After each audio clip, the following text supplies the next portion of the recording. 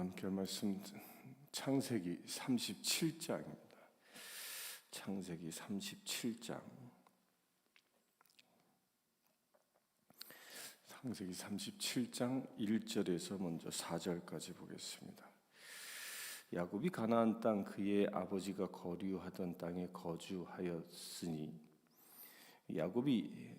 야곱의 족보는 이러하니라. 요셉이 17세의 소년으로서 그의 형들과 함께 양을 칠 때에 그의 아버지의 아들들 빌하와 실바의 아들들과 더불어 함께 있었더니 그가 그들의 잘못을 아버지에게 말하더라. 요셉은 노년에 얻은 아들이므로 이스라엘이 여러 아들보다 그를 더 사랑함으로 그를 위하여 채색 옷을 지었더니 그의 형들이 아버지가 형들보다 그를 더 사랑함을 보고 그를 미워하여 그에게 평안하게 말할 수 없었더라. 이제 드디어 요셉이 등장합니다. 요셉이 우리 어제 보았던 36장은 그 에서의 족보가 기록되어져 있는데 오늘 말씀은 이제 야곱의 족보라고 하면서 등장하는 인물이 요셉입니다.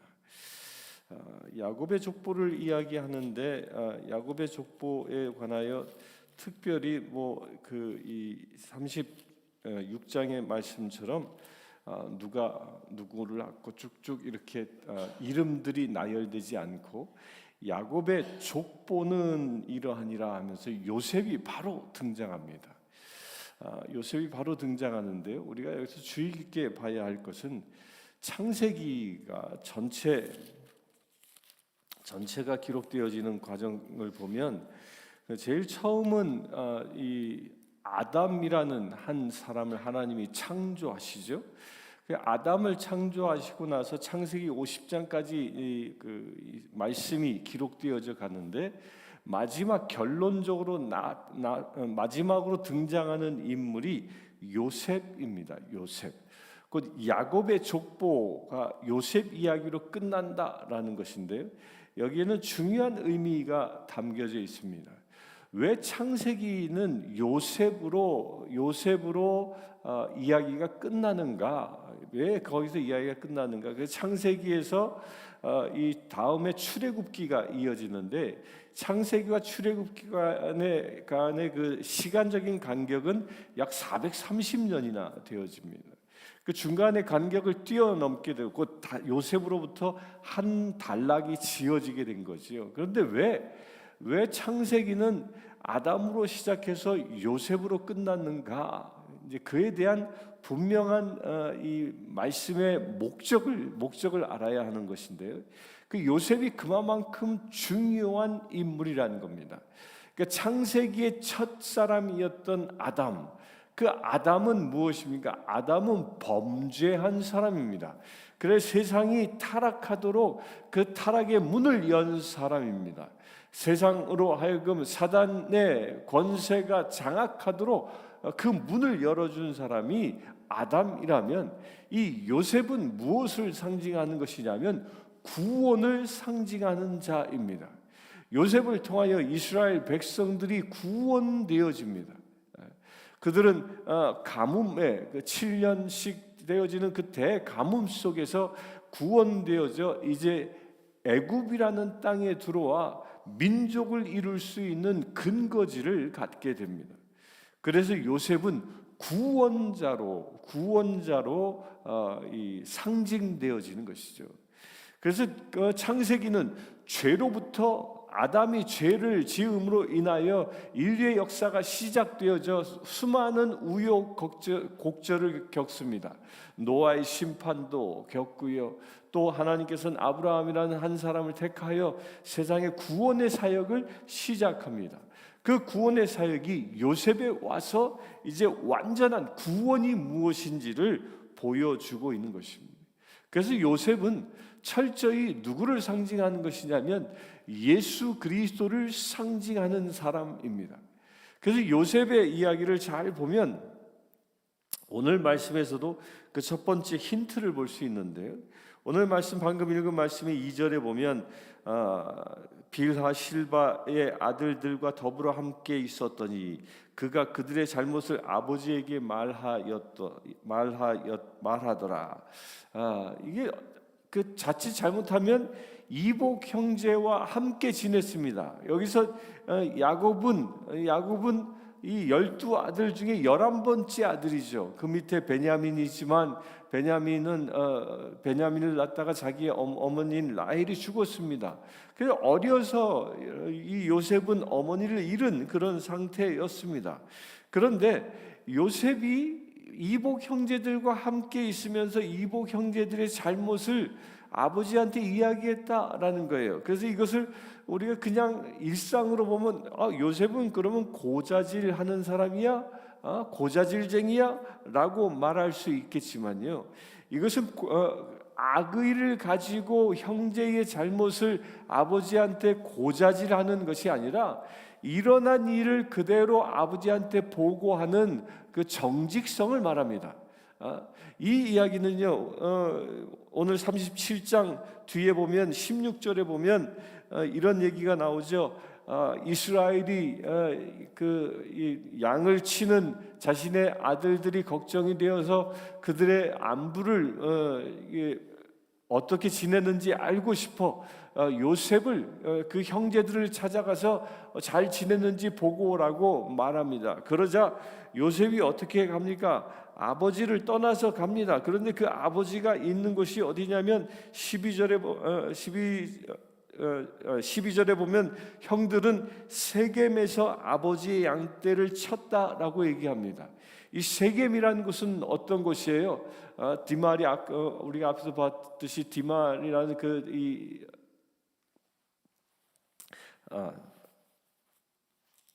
디말이 아니죠. 제가 누구죠?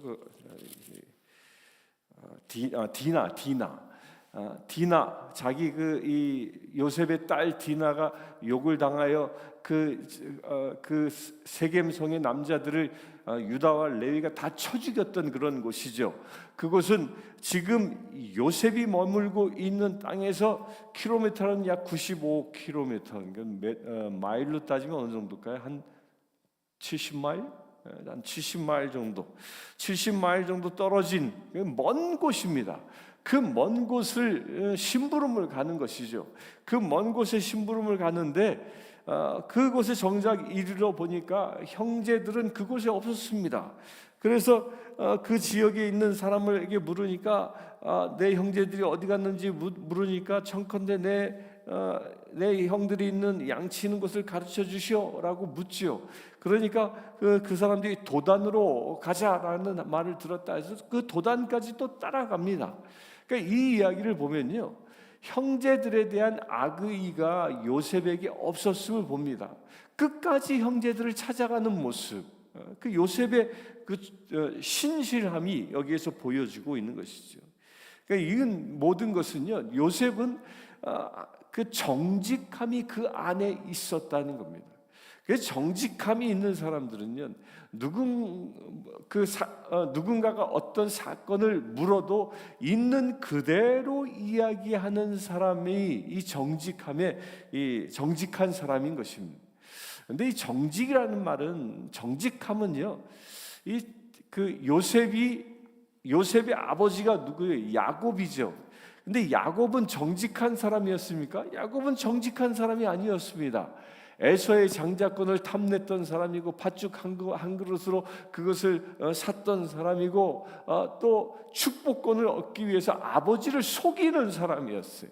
이 야곱은 그처럼 속이는 자, 남의 뒤꿈치를 잡는 자, 그런 사람이었는데, 그런 아버지, 속이는 자의 아버지에서 이 정직한 자 요셉이 태어났다라는 겁니다. 여기서 우리가 분명히 깨달아야 할 것이 있습니다. 창세기가 요셉으로 끝나는데 그 요셉의 그 강력한 첫 번째 성품이 무엇이냐? 정직성이라는 것입니다. 더도 붙이고 또 감하고 하는 것이 아니라 있는 그대로 받아들이고 있는 그대로 말하는 사람, 이것이 요셉의 성품이라는 것입니다. 우리는 이것을 따라 살아가야 합니다. 근데 어떤 사람들을 보면요, 똑같은 사건을 경험해도 요셉처럼 있는 그대로 말하는 것이 아니라 거기에 자기 생각을 더하고 붙이고 해서 나름대로의 시나리오를 만듭니다. 소설을 하나 씁니다. 그리하여 부풀기도 하고 감하기도 합니다. 근데 세상의 사람들은 다 어떻게 하죠? 자기에게 유리한 것들은 이만큼 부풀리고요, 자기에게 불리한 것은 아예 말하지도 않는 것이 세상의 사람들인 것입니다. 그것을 보고 부정직한 사람인 것이죠. 그러나 요셉은 그의 태생이 아주 정직한 사람이었다는 것입니다. 이것은 우리에게도 시사한 바가 굉장히 큰 것입니다. 우리 그리스도인들의 성품은 정직함이어야 하는 것입니다. 더하고 빼는 것이 아닙니다. 부풀리는 것이 아닙니다. 나를 과장하는 것이 아닙니다. 그것은 세상에 속한 사람인 것이죠. 있는 그대로, 있으면 있는 대로, 없으면 없는 대로 있는 그대로 보여주는 것, 이것이 정직함, 이것이 또한 그리스도인이 갖춰야 할 중요한 성품인 것입니다. 이 정직함이라는 것은요, 옳고 그름의 삶을 살아가는 가장 기본의 성품인 것입니다. 정직함이 있을 때 옳은 길을 살아갈 수 있는 것입니다. 그러나 그 안에 부정직함이 있으면 결코 옳은 길을 살아갈 수 없는 것입니다. 부정직한 사람들은 특징이 뭐라고요? 옳고 그름에 살지 않고 좋고 싫음의 감정에 따라 살아가는 것입니다. 내 기분이 좋으면 이만큼 부풀리고, 그렇지 않으면 축소해버리고 없애버리고, 이것이 부정직의 모습인 것입니다. 우리 그리스도인들은 요셉처럼 있는 그대로 말할 수 있는 자가 되어져야 하는 것이죠. 그렇게 될 수 있게 되길 축원합니다. 이 요셉이 그런 야곱을 요셉은 어떻게 했습니까? 특별히 사랑했습니다. 그 이유는 요셉의 어머니인 라헬을 사랑했던 것이고, 또한 라헬이 출산을 하다가 그가 이제 일찍 죽고 나니까 특별히 더 아이들에 대한 애정이 더 컸겠지요. 그래서 특별히 요셉에겐 채색 옷을 입혀주었다라고 말하는데요, 이때 당시 채색 옷을 입었다라는 것은 장자들의 장자들의 권리였습니다. 당시 문화는 채색 옷을 입는 자는 장자만이 입을 수 있는 권리였습니다.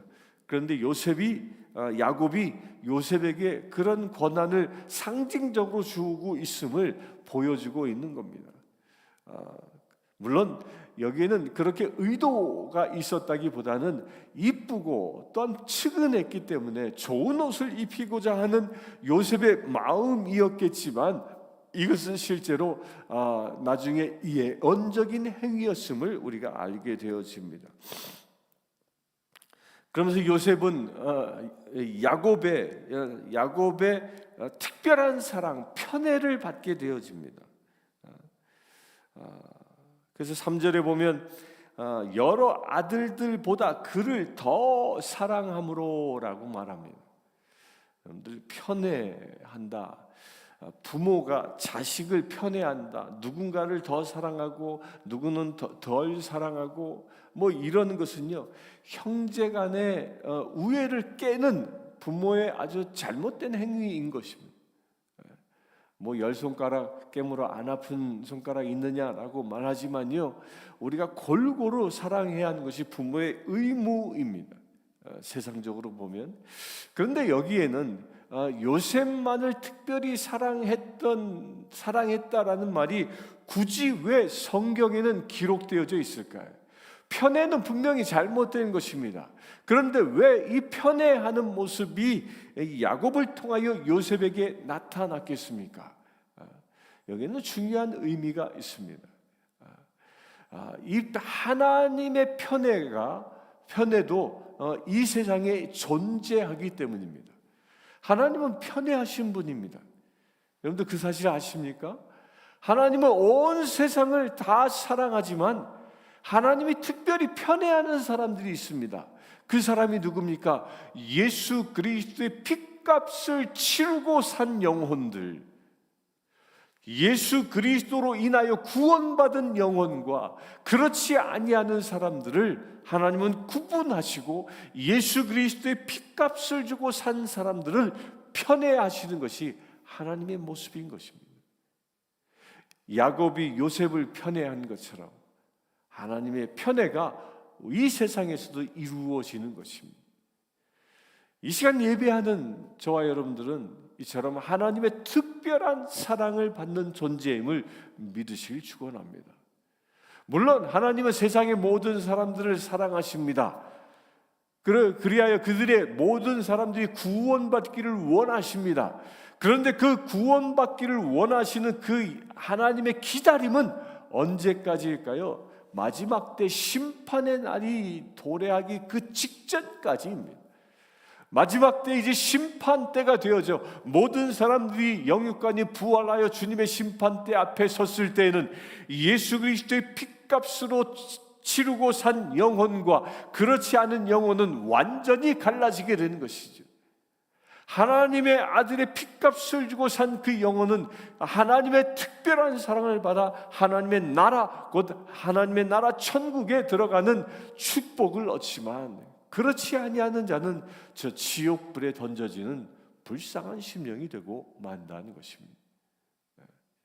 여러분들 예수 그리스도를 통하여 하나님의 그 특별한 사랑을 받는 믿음의 지체가 되어질 수 있게 되길 축원합니다. 5절부터 11절까지 봅니다. 요셉이 꿈을 꾸고 자기 형들에게 말하며 그들이 그를 더욱 미워하였더라. 요셉이 그들에게 이르되 청하건대 내가 꾼 꿈을 들으시오. 우리가 밭에서 곡식단을 묻더니 내 단은 일어서고 당신들의 단은 내 단을 둘러서서 절하더이다. 그의 형들이 그에게 이르되 네가 참으로 우리의 왕이 되겠느냐, 참으로 우리를 다스리게 되겠느냐 하고 그의 꿈과 그의 말로 말미암아 그를 더욱 미워하더니 요셉이 다시 꿈을 꾸고 그의 형들에게 말하여 이르되 내가 또 꿈을 꾼즉 해와 달과 11별이 내게 절하더이다 하니라. 그가 그의 꿈을 아버지와 형들에게 말하며 아버지가 그를 꾸짖고 그에게 이르되 네가 꾼 꿈이 무엇이냐, 나와 내 어머니와 내 형들이 참으로 가서 땅에 엎드려 내게 절하겠느냐. 그의 형들은 시기하되 그의 아버지는 그 말을 간직해 두었더라. 요셉의 나이가 이 꿈을 꾼 나이는 17세라고 얘기합니다. 2절에 요셉이 17세 소년이었을 시기입니다. 이 17세 때 요셉은 꿈을 꿉니다. 이 꿈을 꾸었는데 특별한 꿈을 꾸죠. 두 번에 걸쳐 꿈을 꿉니다. 곡식단의 꿈을 꾸고 또한 별들이 절하는 꿈을 꿉니다. 그 꿈은 무엇을 상징합니까? 이 꿈은 지금 17세의 요셉이 꾼 꿈은 그때 당시에 가족들한테 다 이야기했음에도 불구하고 그 꿈이 어떻게 결론되어질지, 어떻게 이루어질지에 대해서는 아무도 알지 못했습니다. 오히려 그 꿈을 요셉은 정직하게 형제들한테 얘기했고 아버지한테 이야기함으로 인하여 오히려 형제들로 하여금 시기를 받게 되어지는 또 엄청난 사건이 되고 맙니다. 12절 이하에 요셉이 이 형제들을 찾아갔을 때에 그 형제들이 시기하여 그를 구덩이에 빠뜨리고 지나가는 이스마엘 상단들에게 그를 팔아 보디발의 집에 팔려가는 그런 원인 제공이 되어지고 맙니다. 그런데 이 놀라운 게 무엇입니까? 우리는 다 알고 있죠. 창세기 50장까지 이루어지면서 요셉이 애굽에 팔려감으로 인하여 총리 대신이 되고 가뭄을 준비하는 자가 되어지고, 그리하여 이 가나안 땅에 있는 이 자기 형제들 아버지를 다 불러다가 70여 명을 불러다가 이 애굽 땅에서 정착할 수 있도록 그 7년 대환란을 겪을 수 있는 그 보금자리를 마련하는 구원자의 역할을 감당하는 그런 일들이 이 꿈의 성취로 이루어지게 되어지죠. 그러나 이 17세였던 요셉이나 이 17살밖에 되지 않은 자기 동생이 꾼 꿈을 들은 형들이나 아버지는 이 꿈의 내용이 어떻게 이루어질지에 대해서는 아무도 알지 못했습니다. 이로부터 13년이 지난 후에 이 꿈은 실제가 되어지지만 이 13년 전인 지금 이 순간 아무도 알지 못했다는 겁니다. 여러분들, 우리가 여기서 깨달을 바가 있습니다. 하나님은 우리들에게 요셉처럼 꿈을 주십니다. 비전을 주십니다. 여기서 우리가 깨달아야 할 것이요, 꿈에는 두 가지가 있습니다. 하나님이 주시는 꿈이 있고요, 내가 꿈꾸는 비전이 있습니다. 그 자기 목적, 자기 성취, 자기 비전인 것이죠. 이건 분명히 다른 것입니다. 하나님이 주신 비전은 하나님께서 이루어 가십니다. 그러나 내가 꿈꾸는 야망은 내가 이루어내야 하는 것인, 여긴 분명한 차이가 있습니다. 내가 꾸는 꿈, 나의 계획은 철저히 내가 계획을 세우고 내가 피땀을 흘려서 하나하나 성취해 나가는 거지만, 하나님이 주신 비전은 내가 알지 못하지만 하나님은 나를 한 발자국 한 발자국 인도하여 결국 이루어 내신다는 겁니다. 요셉이 바로 그런 사람이었죠. 요셉은 형들에게 잡혀서 웅덩이에 던져지고 상인들에게 팔려서 보디발 집에 가게 되어지고, 그 보디발 집에서 열심히 일하여 그는 청지기의 직위까지 올랐으나 그 보디발의 아내의 간계에 넘어가서 감옥에 가게 되고, 감옥에서 또 세월을 보냈으나 그곳에 또 열심히 일하여 이 궁중에서 일했던 내시들의 꿈을 해석해주고, 그리고 그곳에서 나중에 왕궁에 풀려가는, 그리하여 총리 대신 되는 그런 사람은 생각지도 못하는 그 여정을 누가 인도해 갔습니까? 하나님이 인도해 가시는 겁니다. 그리하여 하나님이 요셉을 통하여 이루고자 하는 일들을 완성해 나가는 것이, 이게 하나님이 주시는 꿈인 것입니다. 이 시간 예배하는 저와 여러분들은 하나님께서 여러분들에게 주신, 요셉에게 주신 꿈처럼 하나님께서 주신 꿈을 이루기 위하여 이 땅에 세워졌음을 믿음으로 고백할 수 있게 되길 바랍니다. 내 생각으로는, 내 계획으로 이곳에 온 것처럼 보일지라도 지금부터는 하나님이 나를 이곳에 보내셨다, 요셉을 애굽 땅에 보내신 것처럼 하나님께서 여러분들을 이 내시빌 땅에 보내셨다라는 그런 꿈을 성취할 수 있게 되길 바랍니다. 그 꿈을 붙잡을 수 있게 되길 바랍니다. 그 꿈을 붙잡을 때 하나님은 여러분들을 통하여 그 꿈을 하루하루 이루어 가실 것입니다. 곧 요셉은 꿈의 사람이었고, 곧 그 꿈이 무엇입니까? 그 모든 형제들을 구원하는 꿈이었습니다. 왕 같은 제사장으로 모든 형제를 구원하는 꿈. 이 꿈은 예수 그리스도의 꿈과도 똑같은 것이었습니다. 예수 그리스도는 우리의 하나님 아버지 형제 자매된 우리의 맏아들 되셔서, 그 예수 그리스도는 십자가를 통하여 모든 사람들을, 그를 구주로 고백하는 모든 사람들을 구원하는 꿈을 꾸신 것처럼, 그 꿈을 이루기 위해 십자가의 길을 가신 것처럼 요셉도 그 길을 간 것입니다.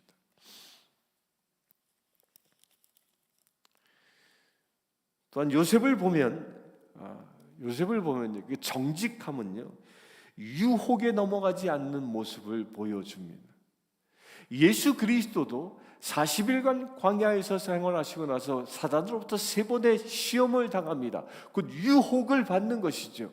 그 유혹을 받았음에도 불구하고 예수 그리스도는 유혹에 넘어가지 않습니다. 요셉은 어떻습니까? 우리가 이제 나중에 보겠지만 요셉은 이 보디발의 집에 가서 그의 아내의 유혹을 이겨냅니다. 그 유혹을 이겨냅니다. 그 유혹을 이겨낸 대가가 무엇이었습니까? 감옥에 갇히는 일이었음에도 불구하고 요셉은 자기의 이 정결을 지켜낸다는 것입니다. 우리도 여기서 우리가 분명히 깨달을 바가 있습니다.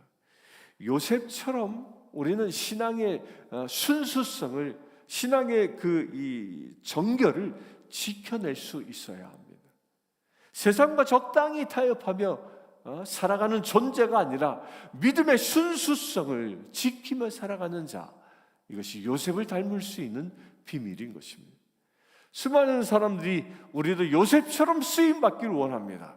그렇게 요셉처럼 쓰임 받으려면 내가 요셉이 가지고 있는 성품을 나도 사모해야 하는 것입니다. 요셉의 정직성을 사모해야 합니다. 또한 요셉의 그 순수성, 순결을 사모할 수 있어야 합니다. 또한 요셉의 특징이 있습니다. 또 세 번째 특징이 무엇이었습니까? 요셉은 그의 일대기를 보면 단 한 번도 불평불만하지 않았다는 것입니다. 그가 보디발의 집에 노예로 팔려갔음에도 불구하고 그는 그곳에서 신세 한탄하지 않았습니다. 오히려 더 열심히 일하여 보디발의 눈에 들어서 청지기의 직분을 맡습니다. 또한 더욱이 그는 그의 아내인 모함에 빠져서 감옥에 가는 엄청난 고난의 길을 갔지만 그 감옥에서조차도 요셉은 신세 한탄 한마디 하지 않습니다. 그곳에서 열심히 일하여 간수장의 눈에 띄게 되는 그런 사람이 되는 것입니다. 상황과 처지에 그는 불평하지 않고 맡겨진 일에 열과 성을 다하는 그 열정이 그 요셉 안에 있었던 것이죠. 우리 그리스도인은 바로 이것을 본받아야 하는 것입니다. 내 상황과 처지가 힘들고 어렵다 하여 불평하는 자가 아니라 내 상황과 처지가 어떠할지라도 주님이 나와 함께 하신다는 믿음으로 이겨나갈 수 있어야 하는 것입니다. 그 열과 성을 다하여 맡은 바 소임을 다할 때 하나님은 우리를 통하여 요셉처럼 세상을 구원하는 자로 쓰시는 것입니다. 그런 비전을 이 시간 우리 갖는 주의 사랑하는 믿음의 체되길 바랍니다. 우리가 또한 내일부터 보게 될 이 야곱의 후손들 또한 요셉의 이야기를 통하여 여러분들도 요셉과 같은 꿈을 꾸는 자, 요셉처럼 쓰임받는 주의 사랑하는 지체 되기를 주의 이름으로 축원합니다. 함께 기도하겠습니다. 주 아버지 하나님,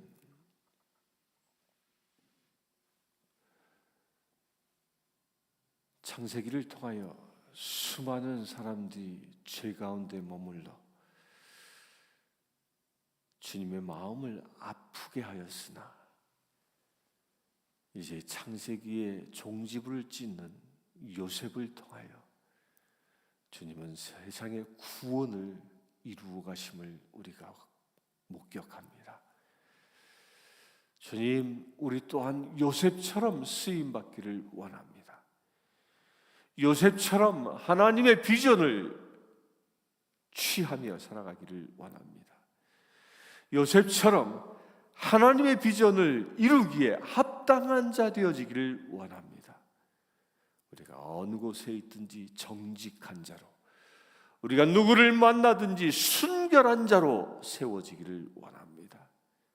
적당히 거짓을 행하고 적당히 타협하며 사는 자가 아니라 믿음의 순수성을 지키며 살아가는 자 되어지기를 원합니다. 그래야 주님, 요셉처럼 쓰임받는 주의 사랑하는 거룩한 체 되어지기를 원합니다. 요셉처럼 왕같은 제사장으로 쓰임받는 주의 거룩한 체 되어지기를 원합니다. 우리 안에 있는 그동안 내 안에 있었던 불평과 불만들이 있었습니까? 악함이 있었습니까? 그 모든 것들 다 예수의 십자가에 못 박습니다. 내 상황과 처지에 불평불만하는 자가 아니라 내 상황과 처지가 아무리 악하다 할지라도 요셉처럼 열과 성을 다하며 살아가기를 원합니다. 그래요, 주님, 우리의 삶을 통하여 하나님의 나라가 이루어지기를 원합니다. 우리 주 예수 그리스도의 이름으로 기도하옵나이다. 아멘. 이 시간 우리 교회를 위하여 기도하기를 원합니다. 우리 교회가 요셉처럼 이 내시빌 땅에 구원의 사역을 완성해내는 거룩한 교회 되어질 수 있도록 위해서 기도합시다. 주님의 날을 준비하는 우리 교회 되어질 수 있도록 위해서 기도합시다.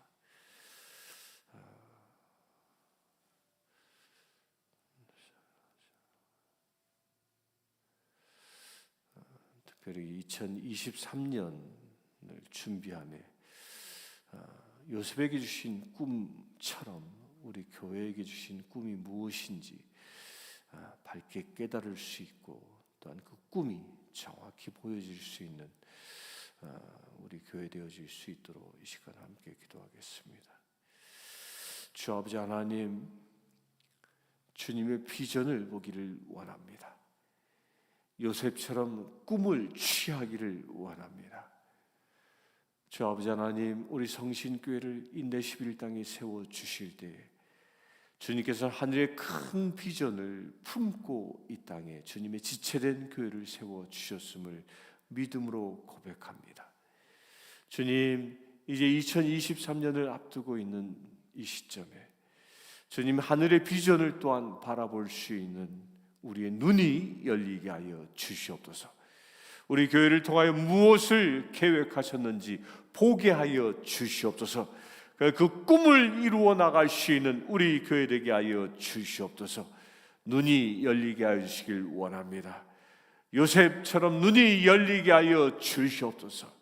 세상의 것에 취하여 사는 자가 아니라 하늘의 것을 보며 살아갈 수 있는 우리 교회 되어지기를 원합니다. 주님, 우리 성신교회가 이 내시빌의 구원의 사역을 하루하루 이루어 나갈 수 있는 거룩한 교회 되어지기를 원합니다. 이 지역에 지치고 상한 영혼들의 힘을 주는 교회, 병든 자의 치유가 일어나는 교회, 외로운 자를 위로하는 교회 되어지기를 원합니다. 악이 가득한 이 세상에 악을 대적하는 교회 되어지기를 원합니다. 죽어가는 영혼들을 구원하는 교회 되어지기를 원합니다. 외롭고 쓸쓸한 이들에게 위로의 말을, 사랑을 나누는 교회 되어지기를 원합니다. 주님 역사하여 주시옵소서.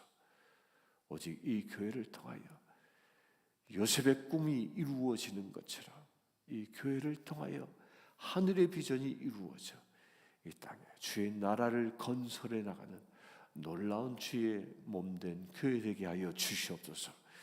그 일을 위하여 이 교회에 주께서 사람들을 보내주셨습니다. 주님, 저를 축복하시고 장로님들을 축복하시고 또한 이달 30일 날 장립되어질 피택 장로님들 축복하시고 권사님들 축복하시고 안수 집사님들 축복하여 주시고 또 우리 집사님들 축복하여 주시옵소서. 온전히 우리가 주 안에서 하나 된 믿음의 공동체 되게 하셔서 주님이 주신 사명에 충성을 다할 수 있는 거룩한 믿음의 제들 되게 하여 주시옵소서. 받은 바 직분에 충성하여 주님이 주신 사역에 귀한 생명의 열매를 거둘 수 있는 거룩한 믿음의 제들 되게 하여 주시옵소서. 우리 주 예수 그리스도의 이름으로 기도하옵나이다. 아멘. 이 시간 육신이 병들어 고통받고 있는 이들의 치유와 회복을 위하여 또 영적으로 묶여있는 불쌍한 심령들이 온전히 자유함을 얻을 수 있도록 위해서 기도합시다. 주 아버지 하나님, 육신이 병들어 고통받고 있는 이들의 치유를 위하여 기도하기를 원합니다. 성령 하나님, 이 시간 기름 부어 주시옵소서. 성령 하나님, 기름 부어 주시옵소서. 상한 육신 곳곳마다 주님께서 이 시간 어루만져 주시옵소서. 이 시간 나자렛 예수 그리스도의 이름으로 명령하니 이 시간 기도하는 모든 심령들을 병들게 하는 모든 악한 마귀 병마의 권세들아, 그 모든 묶임을 끊고 떠나갈지어다. 성령 하나님, 기름 부어 주시옵소서.